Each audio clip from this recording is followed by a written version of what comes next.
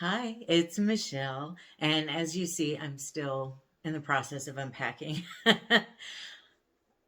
I just started filming again a couple days ago, so it'll probably look like this for a little while. Today, I'm here to do a book tag. My YouTube friend AJ from AJ Dunn Reads and Writes tagged me in a book tag, and it's all prompts relating to Margaret Atwood.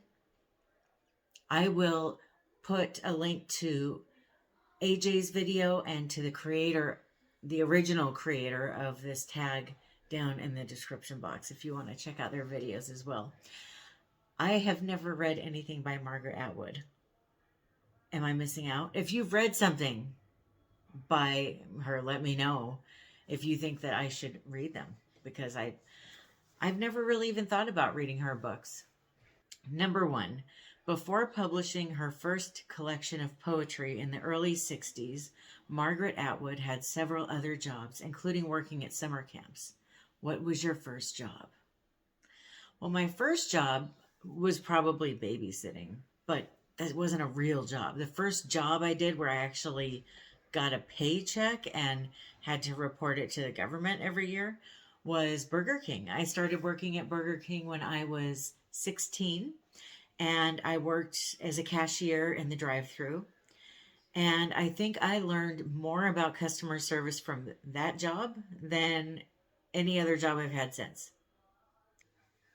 Number two, while growing up, Margaret Atwood's family spent several months each year living in the bush in northern Ontario. What is a survival skill that you have that would help you survive living off the grid? Well, one thing that I could do or could bring to the table if I was with a group of people, I know a lot of remedies and ways of healing things or curing things or taking care of things. I also spent a lot of time in the past figuring out how to make everything myself, how to make my own everything you can think of. Toothpaste, shampoo, face wash, lotion, um, floor cleaner, like it goes on and on and on. But anything that you might, sorry about my hair, anything that you might need to run a household with. And I don't really make any of it anymore. I just wanted to know if I could. And I kept working on different recipes until I perfected each recipe. And I do have all of those still. And I'm also pretty good at cooking things from scratch. So I think that would be very valuable to a group of people trying to survive. Number three, Margaret Atwood grew up reading comic books. Do you have a favorite comic book or comic book character? Well, I've never really read comic books, oddly enough. I have a couple from when I was a kid, but they were from TV shows that I watched and stuff. I guess my favorite comic book character, just right off the top of my head, I really like Deadpool. Number four, Margaret Atwood is not only a poet and author, she has also illustrated books and shown her creativity in so many other ways. What are some ways that you are creative? I'm pretty creative. I draw, I paint, I crochet, I do arts and crafts, cross stitching. I was a dancer, which I think is pretty creative. I love decorating and putting things together. I like just even putting my outfits together. Like I like making things look aesthetically pleasing. And I've got this weird talent where if I see something and I like it and I want it, I'm pretty good at figuring out how to make it myself, which I think is pretty creative. Number five, some of Margaret Atwood's writing is inspired by myths, folktales, and fairy tales. What is your favorite myth, folktale, or fairy tale and why? As a child, my favorite fairy tale was probably Hansel and Gretel.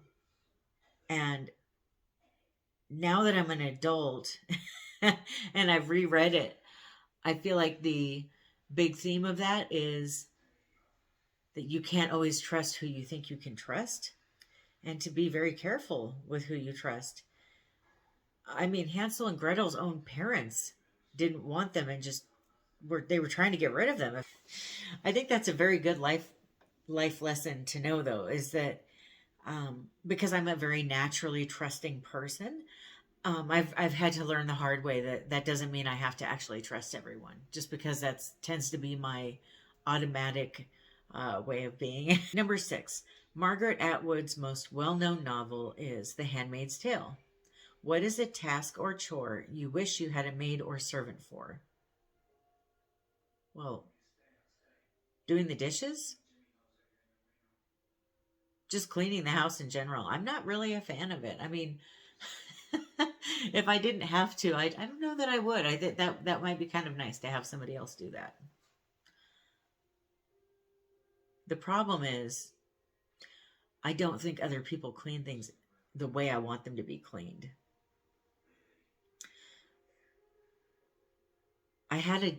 My dad was the kind of person where he expected the house to be spotless when we would clean it. And when he came home, he'd do the strange, like he'd run his finger along the top of the door jamb. And if there was dust up there, he would get very angry. But because I learned how to clean things so thoroughly, I feel like, I don't know if somebody cleaned my house for me, I don't know that I would like the way they cleaned it. Number 7, the themes Margaret Atwood writes about have stayed consistent in all her writing over 6 decades. Wow, 6 decades. She writes about the role of men and women in society, relationships, religion, marriage, and identity, to name a few. If Atwood were to write a novel about you, what are some themes she would need to include? Ooh, about me? As you can see, I didn't really read this before. I didn't rehearse any of this. Well, gosh, I guess it would be survival and strength. I've been through a lot, and some of the things I've been through, a lot of people that go through them don't make it out on the other side, so to speak. And I think for me to become a contributing member of society and to lead I guess you would say, normal life. I don't know what that is, but a somewhat normal life. I have a career and I have a husband, and like I'm doing pretty well for myself. That is kind of a miracle in a way after some of the things that happened in my past. So I guess that would be the theme of the book if she were to write one about me, surviving trauma. Number 8, Margaret Atwood has created words for her novels. She has talked about how this makes it more difficult for translators of her work. Do you have a favorite word? Why is it your favorite? Okay, my favorite word is I think it's weird. Garland. Like a garland that you hang up at Christmas. I don't know why, but that is my favorite word. Why is it my favorite word? I don't know. I like the way it rolls off my tongue. I do really love garlands too. Like, I love them. I always have them up during holidays. They're just so festive and cheerful. Number 9, Margaret Atwood was born in Canada and lives in Canada now, but she has also lived in other countries, like the United States, England, France, Germany, and Scotland. What countries have you lived in, and or what is another country you would like to live in? I've only lived in the United States. Where would I want to live? I kind of want to move to Ireland. I have, ancestors that are from there. I'm more Irish than anything else when I've done my DNA. And my husband is also Irish. That's the only thing that both of us are, when we look at our ancestral results. And it just seems so lush and green. And from where I'm sitting, it seems very old fashioned and kind of comfortable. Number 10, Margaret Atwood is an advocate for caring for the earth. What is something you do to help take care of our planet?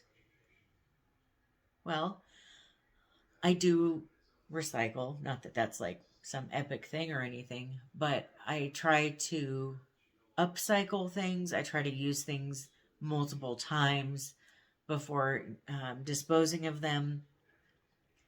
I buy used books. I buy, like, if I can find a book that's used, I will always buy that instead of the new one, because I do feel like that is a way of consuming less and helping the earth more, and just even in my home, we're planning on buying most of the furniture for our home used at garage sales and thrift shops. Now, when it comes to things like things that have fabric on them, like a couch, which we don't need a new couch, but if we did, or a bed or something like that, that would be new. But even then, I'm trying to find like the most earth friendly bed I can for us to get when we get a bed. Number 11. Margaret Atwood is passionate about animal rights, and some of her writing has included animals and reflections on animals. What is a topic that you are passionate about? Um, Books. Very passionate about books and reading. I think it's very important for people to read. I think it gives us a much broader sense of the world and not just our surroundings. I'm also very passionate about animals, and I love my pets, and um, I love animals in general. I feel like I have a big connection to animals, and I am passionate about helping battered women. I I do constantly have care packages that I'm working on for my local shelter, and that is something that is very near and dear to my heart.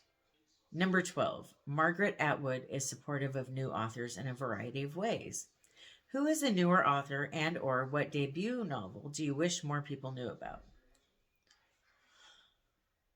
The first author that came to my mind has written two books. S.A. Cosby, he is so good. So good. I think, shoot, I can't think of his name. David Heska Wombley Wyden. His debut novel I read and I thought it was amazing. And I can't wait for his second book to come out. I just read a book, A Flicker in the Dark by Stacey Willingham. I thought that was really good, especially for people who are interested in getting over the past and healing. It really addressed some of those things. I thought for a first book, I thought it was really good. And there's one other author, Philip Mottes. He wrote a book, uh, The Murderous Haircut of Bel Air. It's been a while since I read it, but, and I'm not saying this because he sent me a copy of his book to read. I'm saying it just honestly. That was a really good book. It says it's a cozy mystery, but to me it's just a mystery. Um, the cozy part I wasn't really seeing, but it's just such a good mystery book, and he is really good at writing characters. He's really good at spinning a story. He's really good at writing hints in a way where I saw the hints, I acknowledged them, but I still didn't see who did it. And by the time I figured it out, I thought, why didn't I think of that sooner? I mean, I should have seen it. And so he's good at that, like dropping hints, but in a very subtle way. Those are all authors that I think are really worth a shot. But yeah, Philip Mottes, if you like mystery books, really definitely give him a shot. Just try it and let me know what you think. If you read any of those authors, let me know what you think of them. I would love to hear your input on them. Okay, tag some of your favorite booktubers. Okay, I'll tag my friend Kristen at Enter the Book. I don't think she's done this tag yet, and I think it'd be fun to hear her answers. All right, well, that is it for this tag video. Thank you so much for watching. I hope that you have a wonderful rest of your day or night. Happy reading. Bye.